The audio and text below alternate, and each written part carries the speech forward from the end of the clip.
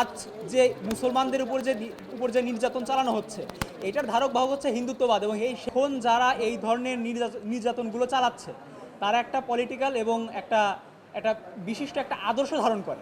আপনারা জানেন যে হিন্দু ধর্ম বা হিন্দুইজম, এইটার সাথে এখনকার যে হিন্দুত্ব বা উগ্র হিন্দুত্ববাদ, এইটার আসলে পার্থক্য আছে।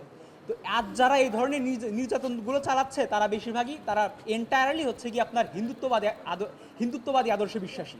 এখন তাদের এই আদর্শটা কেমন, আমরা যদি ফিরে তাকাই, এদের আদর্শের ধারক বাহক হচ্ছে বীর সাভারকার নামক এক ব্যক্তি। সেই বীর সাভারকারের একটা বিখ্যাত বই আছে। আজ যে মুসলমানদের উপর যে নির্যাতন চালানো হচ্ছে, এটার ধারক বাহক হচ্ছে হিন্দুত্ববাদ। এবং সেই হিন্দুত্ববাদের সংজ্ঞায়নটা তার দুইটা বইয়ের মধ্যে খুব ভালোভাবে উল্লেখিত আছে। একটা বই হচ্ছে six glory epochs of Indian history, এবং আরেকটা বই আছে, সেই বইয়ের নাম হচ্ছে হিন্দুত্বা হু ইজ হিন্দু অথবা হু ইজ এ হিন্দু। এই দুইটা বইয়ের মধ্যে এখনকার যে হিন্দুত্ববাদ, তার আসলে রূপক ব্যাখ্যা করা আছে। আপনি চিন্তা করুন যে আজ থেকে প্রায় 100 বছর আগে সে তার বইগুলোতে এভাবে লিখে গিয়েছে।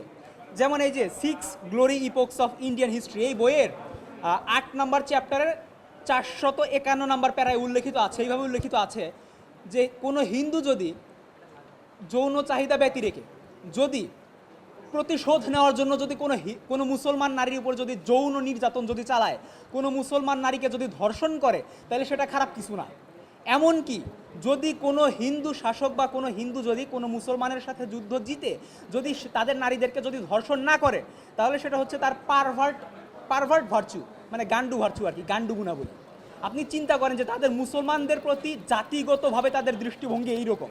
আপনি যদি বলেন যে তাদের কাছে আসলে ভারতের বা হিন্দুস্তানের বাসিন্দা কারা, তারা মনে করে যে ভারতের বা হিন্দুস্তানের লেজিটিমেট বাসিন্দা হচ্ছে Hindutva, who is a Hindu. এই বইয়ে লেখা আছে যে যাদের পিতৃভূমি এবং পবিত্র ভূমি উভয়েই হিন্দুস্তান, শুধু তারাই হিন্দুস্তানে থাকতে পারবে। এইখানে শুধু মুসলমান না, এমনকি এইখানে খ্রিস্টানদেরকে পর্যন্ত উল্লেখ করা হয়েছে। তো মুসলমানদের তো পূর্ণভূমি হচ্ছে গিয়ে আপনার মক্কা বা ফিলিস্তিন, আর খ্রিস্টানদের হচ্ছে গিয়ে আপনার পশ্চিমে, কিন্তু এইখানে শুধু পবিত্র ভূমি হচ্ছে হিন্দুদের।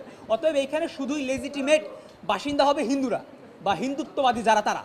আপনি চিন্তা করুন মুসলমানদের প্রতি বা অন্য যে কোনো ধর্মাবলম্বীদের প্রতি তাদের ধারণাটাই এরকম, তাদের জাতিগত দৃষ্টিভঙ্গিটাই এরকম। এবং এইটার পরিপ্রেক্ষিতেই আমরা দেখতে পেয়েছি যে গত 4 মে থেকে 7 মে পর্যন্ত, জাস্ট এই 3 থেকে 4টা দিনের ঘটনা আপনারা যদি বিশ্লেষণ করেন, যে আপনারা জানেন যে ভারতে যে কয়টা প্রদেশ আছে, তার মধ্যে সবচাইতে কম যে ক্রাইম রেট, তার মধ্যে পশ্চিমবঙ্গ উল্লেখযোগ্য।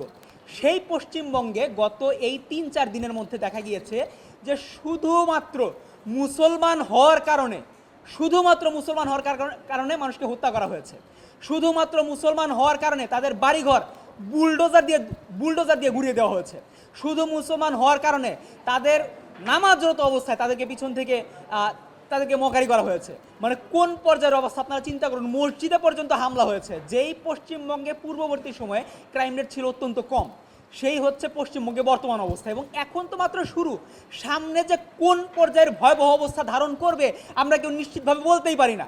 এই হচ্ছে অবস্থা।